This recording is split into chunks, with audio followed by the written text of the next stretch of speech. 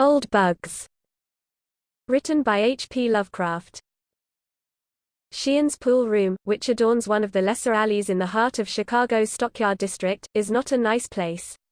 Its air, freighted with 1,000 odors such as Coleridge may have found at Cologne, too seldom knows the purifying rays of the sun, but fights for space with the acrid fumes of unnumbered cheap cigars and cigarettes which dangle from the coarse lips of unnumbered human animals that haunt the place day and night. But the popularity of Sheehan's remains unimpaired, and for this there is a reason obvious to anyone who will take the trouble to analyze the mixed stenches prevailing there. Over and above the fumes and sickening closeness rises an aroma once familiar throughout the land, but now happily banished to the back streets of life by the edict of a benevolent government. The aroma of strong, wicked whiskey. A precious kind of forbidden fruit indeed in this year of grace 1950. Sheehan's is the acknowledged center to Chicago's subterranean traffic in liquor and narcotics, and as such has a certain dignity which extends even to the unkempt attachés of the place, but there was until lately one who lay outside the pale of that dignity. One who shared the squalor and filth, but not the importance, of Sheehan's. He was called Old Bugs, and was the most disreputable object in a disreputable environment. What he had once been, many tried to guess, for his language and mode of utterance when intoxicated to a certain degree were such as to excite wonderment, but what he was, presented less difficulty. For Old Bugs, in superlative degree, epitomized the pathetic species known as the bum, or the down and outer. Whence he had come, no one could tell. One night he had burst wildly into Sheehan's, foaming at the mouth and screaming for whiskey and hashish, and having been supplied in exchange for a promise to perform odd jobs, had hung about ever since, mopping floors, cleaning cuspidors and glasses, and attending to 100 similar menial duties in exchange for the drink and drugs which were necessary to keep him alive and sane. He talked but little, and usually in the common jargon of the underworld, but occasionally, when inflamed by an unusually generous dose of crude whiskey, would burst forth into strings of incomprehensible polysyllables and snatches of sonorous prose and verse which led certain habitués to conjecture that he had seen better days. One steady patron, a bank defaulter under cover, came to converse with him quite regularly, and from the tone of his discourse ventured the opinion that he had been a writer or professor in his day. But the only tangible clue to Old Bug's past was a faded photograph which he constantly carried about with him. The photograph of a young woman of noble and beautiful features. This he would sometimes draw from his tattered pocket, carefully unwrap from its covering of tissue paper, and gaze upon for hours with an expression of ineffable sadness and tenderness. It was not the portrait of one whom an underworld denizen would be likely to know, but of a lady of breeding and quality, garbed in the quaint attire of 30 years before. Old Bugs himself seemed also to belong to the past, for his nondescript clothing bore every hallmark of antiquity. He was a man of immense height, probably more than 6 feet, though his stooping shoulders sometimes belied this fact. His hair, a dirty white and falling out in patches, was never combed, and over his lean face grew a mangy stubble of coarse beard which seemed always to remain at the bristling stage. Never shaven, yet never long enough to form a respectable set of whiskers. His features had perhaps been noble once, but were now seamed with the ghastly effects of terrible dissipation. At one time, probably in middle life, he had evidently been grossly fat, but now he was horribly lean, the purple flesh hanging in loose pouches under his bleary eyes and upon his cheeks. Altogether, Old Bugs was not pleasing to look upon. The disposition of Old Bugs was as odd as his aspect. Ordinarily he was true to the derelict type, ready to do anything for a nickel or a dose of whiskey or hashish. But at rare intervals he showed the traits which earned him his name.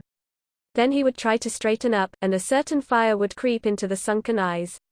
His demeanor would assume an unwonted grace and even dignity, and the sodden creatures around him would sense something of superiority, something which made them less ready to give the usual kicks and cuffs to the poor butt and drudge. At these times he would show a sardonic humor and make remarks which the folk of Sheehan's deemed foolish and irrational. But the spells would soon pass, and once more Old Bugs would resume his eternal floor scrubbing and cuspidor cleaning. But for one thing Old Bugs would have been an ideal slave to the establishment, and that one thing was his conduct when young men were introduced for their first drink. The old man would then rise from the floor in anger and excitement, muttering threats and warnings, and seeking to dissuade the novices from embarking upon their course of seeing life as it is. He would sputter and fume, exploding into sesquipedalian admonitions and strange oaths, and animated by a frightful earnestness which brought a shudder to more than one drug-racked mind in the crowded room. But after a time his alcohol-enfeebled brain would wander from the subject, and with a foolish grin he would turn once more to his mop or cleaning rag. I do not think that many of Sheehan's regular patrons will ever forget the day that young Alfred Trevor came. He was rather a rich and high-spirited youth who would go the limit in anything he undertook. At least, that was the verdict of Pete Schultz, Sheehan's runner, who had come across the boy at Lawrence College, in the small town of Appleton, Wisconsin. Trevor was the son of prominent parents in Appleton. His father, Carl Trevor, was an attorney and citizen of distinction, whilst his mother had made an enviable reputation as a poetess under her maiden name of Eleanor Wing.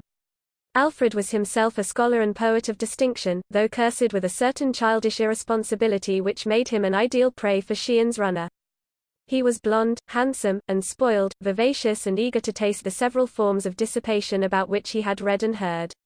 At Lawrence he had been prominent in the mock fraternity of Tapper Tapper Keg, where he was the wildest and merriest of the wild and merry young roisterers, but this immature, collegiate frivolity did not satisfy him.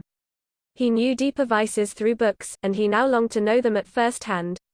Perhaps this tendency toward wildness had been stimulated somewhat by the repression to which he had been subjected at home, for Mrs. Trevor had particular reason for training her only child with rigid severity.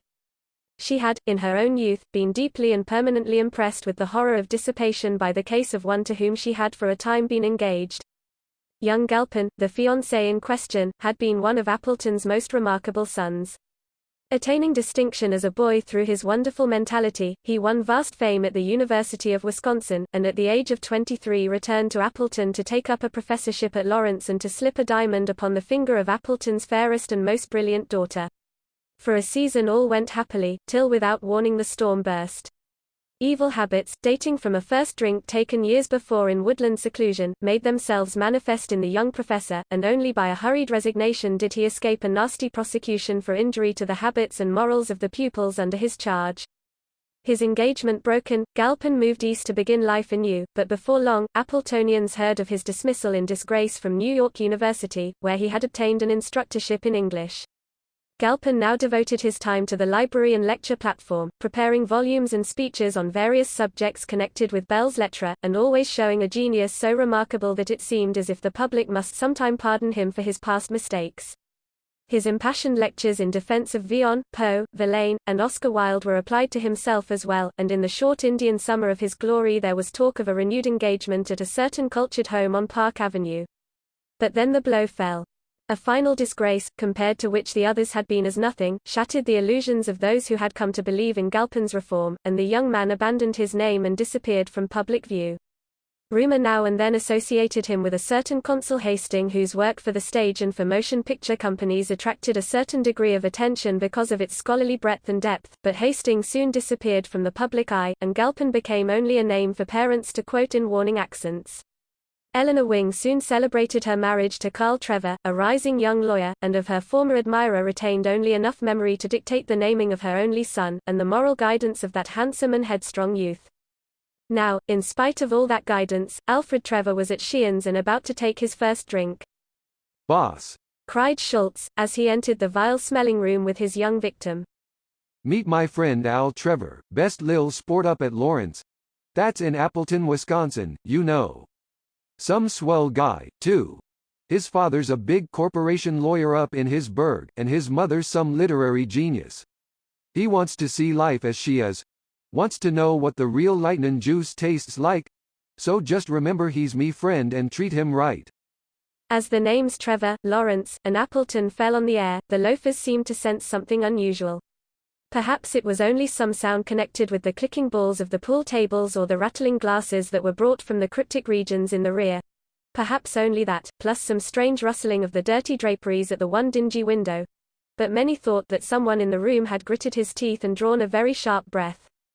"Glad to know you, Sheehan," said Trevor in a quiet, well-bred tone. "This is my first experience in a place like this, but I am a student of life, and don't want to miss any experience. There's poetry in this sort of thing, you know. Or perhaps you don't know, but it's all the same." "Young feller," responded the proprietor. "ya come to the right place to see life. We got all kinds here. Real life and a good time. The damn government can try to make folks good if it wants to, but it can't stop a feller from hitting her up when he feels like it. What you want, feller? Booze, coke, or some other sorta dope? You can't ask for nothin' we ain't got." Habitués say that it was at this point they noticed a cessation in the regular, monotonous strokes of the mop. I want whiskey. Good old-fashioned dry, exclaimed Trevor enthusiastically. I'll tell you, I am good and tired of water after reading of the merry bouts fellows used to have in the old days. I can't read an Anacreontic without watering at the mouth. And it's something a lot stronger than water that my mouth waters for. Anacreontic? What in hell's that? Several hangers-on looked up as the young man went slightly beyond their depth.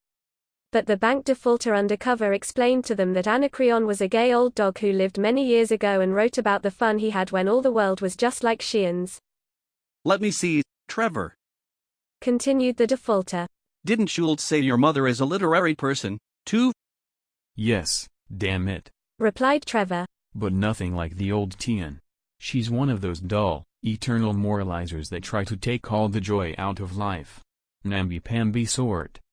Ever heard of her? She writes under her maiden name of Eleanor Wing. Here it was that old Bugs dropped his mop.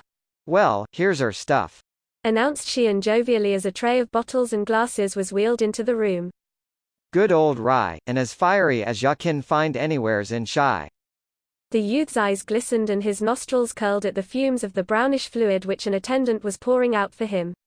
It repelled him horribly, and revolted all his inherited delicacy, but his determination to taste life to the full remained with him, and he maintained a bold front. But before his resolution was put to the test, the unexpected intervened. Old Bugs, springing up from the crouching position in which he had hitherto been, leaped at the youth and dashed from his hands the uplifted glass, almost simultaneously attacking the tray of bottles and glasses with his mop, and scattering the contents upon the floor in a confusion of odoriferous fluid and broken bottles and tumblers. Numbers of men, or things which had been men, dropped to the floor and began lapping at the puddles of spilled liquor, but most remained immovable, watching the unprecedented actions of the bar-room drudge and derelict. Old Bugs straightened up before the astonished Trevor, and in a mild and cultivated voice said, "Do not do this thing. I was like you once, and I did it. Now I am like this." What do you mean, you damned old fool? shouted Trevor. What do you mean by interfering with a gentleman in his pleasures? Sheehan, now recovering from his astonishment, advanced and laid a heavy hand on the old waif's shoulder. This is the last time for you, old bird, he exclaimed furiously. When a gentleman wants to take a drink here, by God, he shall, without you interferin'. Now get the hell outta here afore I kick hell outta ya. But Sheehan had reckoned without scientific knowledge of abnormal psychology and the effects of nervous stimulus. Old Bugs, obtaining a firmer hold on his mop, began to wield it like the javelin of a Macedonian hoplite, and soon cleared a considerable space around himself, meanwhile shouting various disconnected bits of quotation, among which was prominently repeated, "The sons of Belial, blown with insolence and wine." The room became pandemonium, and men screamed and howled in fright at the sinister being they had aroused. Trevor seemed dazed in the confusion, and shrank to the wall as the strife thickened. "He shall not drink. He shall not drink." Thus roared old Bugs as he seemed to run out of, or rise above, quotations. Policemen appeared at the door, attracted by the noise, but for a time they made no move to intervene. Trevor, now thoroughly terrified and cured forever of his desire to see life via the vice route, edged closer to the blue-coated newcomers. Could he but escape and catch a train for Appleton, he reflected, he would consider his education in dissipation quite complete. Then suddenly old Bugs ceased to wield his javelin and stopped still, drawing himself up more erectly than any denizen of the place had ever seen him before. "Ave, Caesar, moritores te saluto," he shouted, and dropped to the whiskey-reeking floor, never to rise again. Subsequent impressions will never leave the mind of young Trevor. The picture is blurred, but ineradicable. Policemen plowed a way through the crowd, questioning everyone closely both about the incident and about the dead figure on the floor. Sheehan especially did they ply with inquiries, yet without eliciting any information of value concerning old Bugs. Then the bank defaulter remembered the picture, and suggested that it be viewed and filed for identification at police headquarters.